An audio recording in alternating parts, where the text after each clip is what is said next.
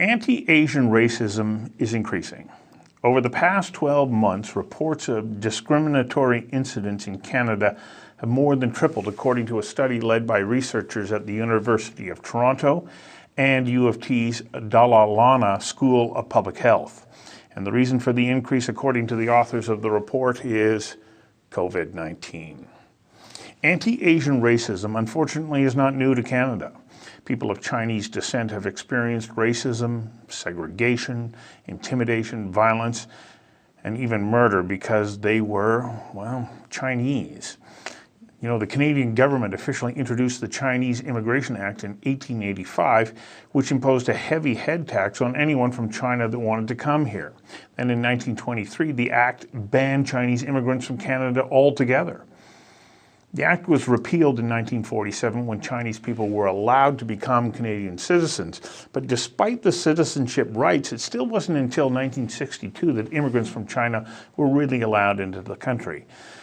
In other words, as a country, we have been hostile, disrespectful, and physically aggressive towards people from China, up until about 60 years ago, when it started to change. Anti-racism discrimination started to fade. In fact, it faded so much that most young women and men of Asian ancestry or new immigrants rarely experience racism today. Or that was until COVID-19 dramatically changed the way Asian people are being treated. My guest today, Franco, is one of the group of young people who says part of the problem is their generation needs to step up and get involved. He's co-chair of the Youth Forum for Asian Representation, and one of his co-chairs, Lauren C., says a lack of Asian representation across all spectrums of Canadian government has hindered the ability for the community to effectively address the rise of anti-Asian hate crimes. I invited Franco to join me for a conversation that matters and a conversation that affects all of us about how we address anti-Asian racism. Franco, welcome to Conversations That Matter. We are seeing a rise in discriminatory acts directly related to people of Asian ancestry. How bad is it getting right now from your perspective? And thanks for having me, Stu. The story that I like to share the most is that every week for the past 20 years, I have dim sum with my family, with my grandparents in Richmond. We pick a restaurant and we go. And it's the usual conversation, the topics. And when COVID-19 happened, it became more so concerned about their physical health. Mm-hmm. And ensuring my grandpa loves to walk around town and to have his daily exercise. But recently, in the past few months, the conversation shifted. And we began talking about how do we protect his physical safety. And my grandpa expressed worry and fear, frankly. He said that, I don't know if I should look someone in the eye anymore because I'm not too sure what might happen to me. And for us as younger folks, we're not afraid. We're not the targets, and we can see from the rise it's the elderly, it's females that are getting targeted from these frankly grotesque attacks. Yes. And for us, that really hits home. And seeing that attack in San Francisco with the grandma, and she was screaming and bloody, and she tried to fight back, and just thinking that being my grandfather, right? And I just felt compelled to be able to speak up and do something about it. Well, you did do something about it. You've decided to stand up and respond to it. Tell us about the forum that you are putting together right now. You talk about the conversation that you have with your grandfather, but what then pushed you to say, okay, we've got to do something. We've got to get other people involved because it's a chorus of voices that makes the difference. So tell us about the event and also what motivated you to be able to pull this together and rather quickly. Yeah, well, when everything has been happening and we were thinking of all these different ways to mobilize my peers and youth to really look at that situation, ask ourselves, how do we contribute to this fight against anti-Asian hate? And it was very serendipitously, I've met Lauren and Brennan, the two young leaders who are really spearheading this operation, and they too share that same concern. And one thing that we realized is that, racism and prejudice isn't something that can be resolved overnight. No. It is something that requires proper representation. It requires proper leadership in order for us to sort of break through that barrier and have the proper representation to speak up about this issue. And when we looked at that, we also realized that there are certain cultural barriers, unique challenges as an Asian community that we have to overcome ourselves in order to attain representation. And when looking at that, we're like, well, as young people and the way that we were raised, what are some ways that we can break through these barriers, these cultural barriers to representation? And that's when we kind of came together and decided to put on this forum where we brought together, frankly, some movers and shakers from the business, government, and community to share a roadmap with young people to understand how do we achieve Asian leadership and representation. Is it leadership and representation that is needed, or is that one component of a multifaceted approach to say, okay, this is a complex problem because we need to address society as a whole? So there's leadership and representation. What are some of the other pillars that are part of your strategy? Yeah, so I think the number one thing that we're trying to get our own community to realize is that you have to not only speak up, but you have to take action. And a lot of times, very unfortunately, a lot of people within our community are either apolitical or they don't want to take a stance or step on anyone's toes, and that's just a very. Why not? It's a very cultural. It's a very cultural thing. There's a saying in Cantonese that says, if you're the bird that sticks your head out, you're going to get shot, right? And that's something that my parents repeated to me growing up. And to be a leader, you have to stick your neck out. You have to take a stance on something.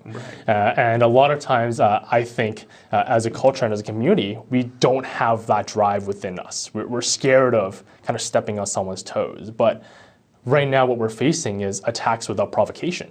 Right. We're not sticking our necks out. We're not speaking out, but we're still victims of the issues of COVID-19 and the prejudice comes with it. So now it's understanding that now, and we now must step up and do something. Okay, so there's a couple of components to that. One, you need to react in the moment, but how do you do that? And as you pointed out, it's women and the elderly who are being targeted by people who are taking what I consider to be ridiculously stupid shots at somebody that they're hoping to blame for something that they don't have control over. And so how do you address that? I wish I had the answer to that, because we're talking about individuals who make odd decisions in my mind, but there they are. And so I guess this, I'm answering my own question here, leads to we need to have greater and open discourse about the way that we need to treat one another, and the incredibly positive role that everybody who comes to Canada, whether they're of Chinese descent or anywhere else, when you come here, you're coming here to help make a better society and a better life for yourself. That's right. Yeah. And I think this conversation, and not just within an Asian context, but we see all the issues down south in America as well with the race relations and this concept of what does it mean to be an ally? How do I help other people that may not be within my own culture or my own race, but how do I support them? And the uplifting of one culture or one ethnic race does not mean the disfranchisement of the other, right? And a conversation that we had prior to sitting down for in this interview is the importance of learning and understanding each other's heritage and each other's background. And that's something that we're definitely encouraging with our forum, is that we hope that youth, and not just youth, but people across all ethnic communities, to understand where the people where the Chinese Canadians came from, where the Japanese Canadians came from, where the South Asians came from. And we all suffered as a group of Asians in varying ways, a sort of type of discrimination, as you mentioned, up until the 60s, right? Which is really just yesterday, if you really think about it. Yeah. So there's so much. But it was only fading away. It didn't immediately go away. Exactly right. Yeah. Exactly right. And I'm a firm believer of history and heritage. And until you can really understand where a certain group of people come from, you can never really truly relate to why they act a certain way now. And I think that's something that, to address your question, how do we on a broader scale ensure that we're preventing these attacks in a sustainable way, is to have that part of our education, whether that's formally within an education system or visiting sites like the Storytelling Center in Chinatown that will be opening up. And I think that is very important for people to get an understanding. I agree with you. So, a good friend of mine, Mafalda Arias, she is a cultural integration specialist.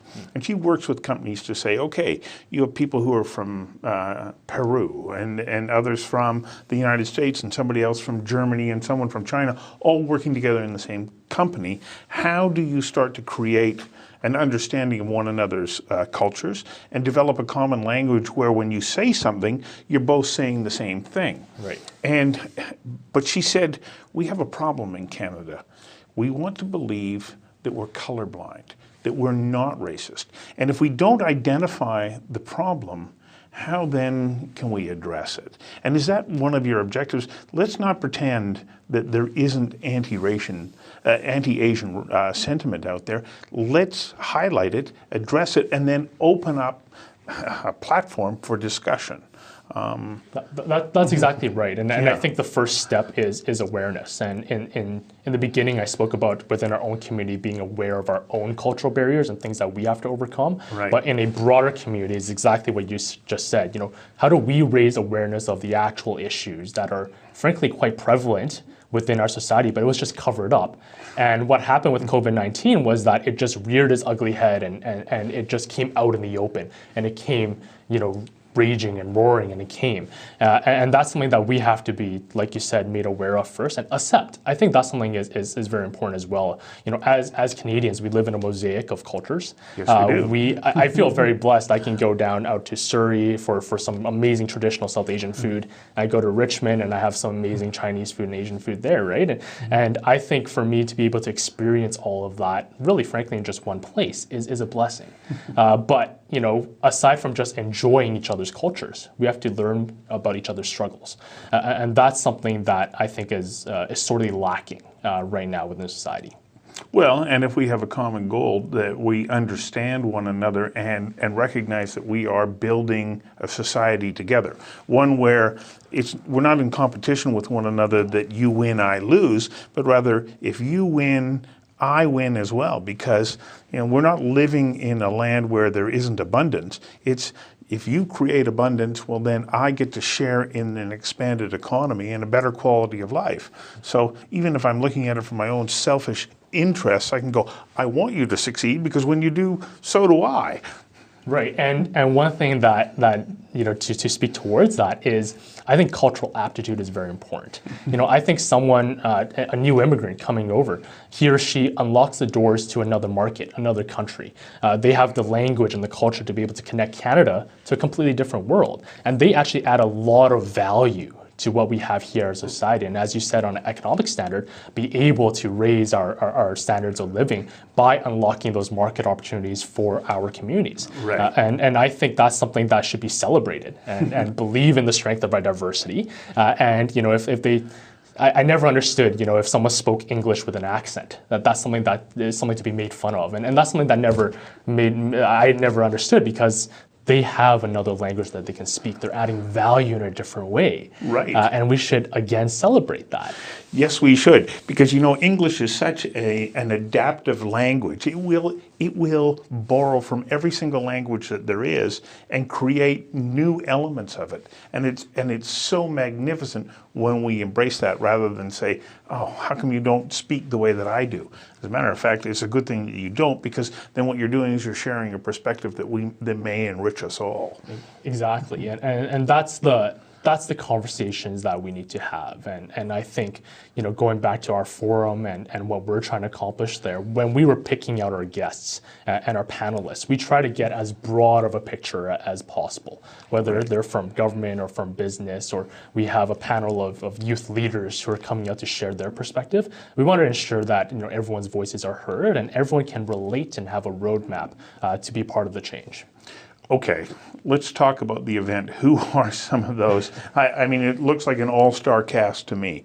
Let's talk about some of the people that you've got there. And I want to start by acknowledging Carol Lee, because you mentioned the storytelling, the Chinatown Storytelling Center. It was a magnificent tribute to the lives and the contribution of so many people who've been coming here for generations. So I know that Carol's on your list, but let's go beyond Carol. Yeah, no, absolutely. And to your point, Carol has done such amazing work in the revitalization of Chinatown and ensuring that we're maintaining our heritage in Vancouver, with the Chinatown Foundation. And our forum is completely free, but we do have a fundraising tickets that will enter you into a prize draw, and all the proceeds will go towards the Chinatown Foundation. Fantastic. So that's definitely a point. And a cheers to Carol. And of course, the next person that we have to thank is Dr. Brant Louie, who's a chairman of London Drugs. And when speaking with Dr. Louie, he expressed that this is a topic that's near and dear to his heart, and it's something that his family have been trailblazers of, this idea of Asian representation. Yes, they are. I mean, you take a look at the contribution of the Louis family, and going back to Brant's grandfather and the role that he played in helping so many other families become successful and amazing contributors to our society. The fact that you have Dr. Louie there is a remarkable testament to what it is that you're doing. Right, and he's rightly so was a torchbearer, and yes. I think what we really wanted to do with our forum is for younger folks like myself that maybe don't have that strong affinity to the Louie family, hear the stories again of what they have done, and to be inspired by what they have done, and then recognize our own responsibility to do more. Yes. Because the conversation needs to be continued, and there's more work to be had. And it is a remarkable story. Exactly right. Yeah. So Dr. Louie again is one of our keynote speakers and a patron for our forum. Right. We also have on a governmental level, Minister Bardish Chager, Minister of Diversity, Inclusion, and Youth. Great. And as well as Minister Bowen Ma, who's the youngest member of legislature, female and Asian. So she is a pioneer. And she's an engineer, as I understand. She is an engineer as well. So very fitting for Minister of Infrastructure. But I think she is such an inspiration for younger folks like myself, especially females who may not view governance as something that is down within their career path. You're right. But her being in that position is such a symbol for all of us with Asian backgrounds to understand that we, no matter what age and background, can achieve, a level of representation that she has not achieved. Didn't I see Jenny Kwan's name on there as well? Of course, remember probably Jenny Kwan and what she has done for Vancouver and Chinatown, and she has for the past 23 years been the voice for our community in Parliament about our needs and what we are going through as a community. She is also part of our governance panel. So when you say all-star cast, I think we've really touched every corner. Oh yeah, okay, but we can't leave out Mi Jung Lee. Now that's right. I worked with Mi Jung many years ago at BCTV, which is now global, but before she went on to her fantastic career at CTV. But she is an extraordinary example of a Canadian who has done so well and been a voice for her community, which is Korean, not Chinese, but that's right. She is, within the Asian circle of countries. Yeah, and we actually made it a point when we were again finding our all-star cast is media. We really wanted someone from the side of the media industry to be a part of it because they are on the face of television, and when families and kids are watching TV and they see the representation on that level, they envision themselves to be in her shoes, and we wanted someone of Mi Jung's stature to be able to come out and to share her story of climbing up the ranks to be a co-anchor on CTV News. And how was she able to achieve that? And that's no small feat as well.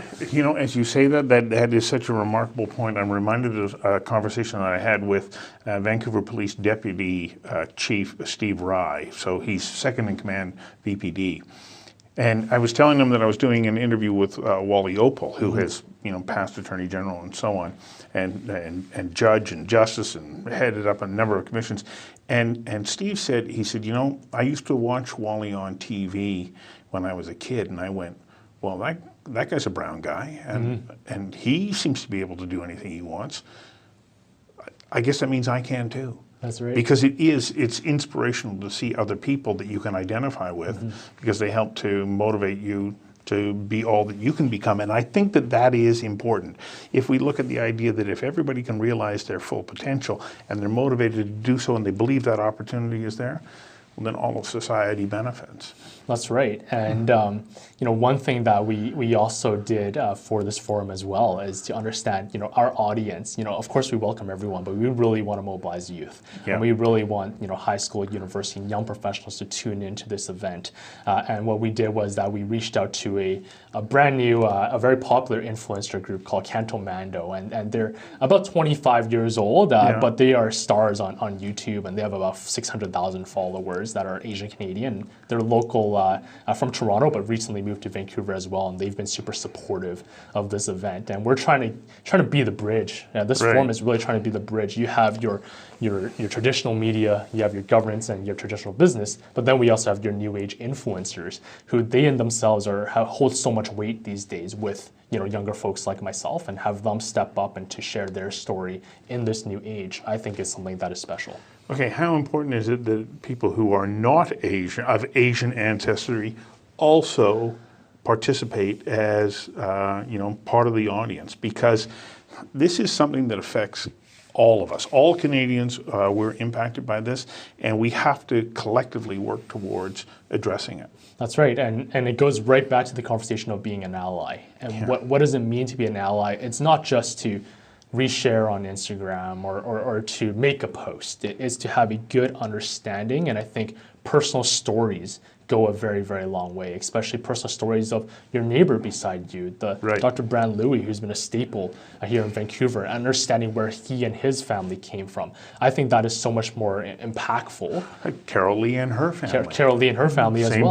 Same journey as well. So to understand all of that as a non-Asian person, I think is very important as well. Yeah. Well, I agree, and I wish you great success with this, and I hope that it is one of many to come, because this cannot be just a one-time message. It's something that we collectively have to continue to repeat. And that is, we hear this motto around addressing the COVID-19 pandemic, we're in this together. Well, we're in this together for more than just addressing COVID. We're in this together because we are Canadians. That's right. That's right. And I always say we have to believe in the strength of our diversity. We have to understand that everyone, if they come from a different background, is adding much more value to our country than, like you said, it's not a zero-sum game. They're not taking away, right? They're adding to. They're adding to. Yeah. And that's something that is very important and we have to realize. So, if everyone is free on May 29th, then definitely come out. It's going to be live streamed on. We'll put the address on the bottom of the page. That's right, on the bottom of the page, and definitely spread the word, right? And we're trying to raise a little bit of money for the Chinatown Foundation as well. So I think that's very needed. They're supporting a lot of seniors during this time, during COVID-19, and they're the most vulnerable group as well. Yeah. Well, I applaud your efforts, what you're doing, and congratulations. Thank you very much. I appreciate it.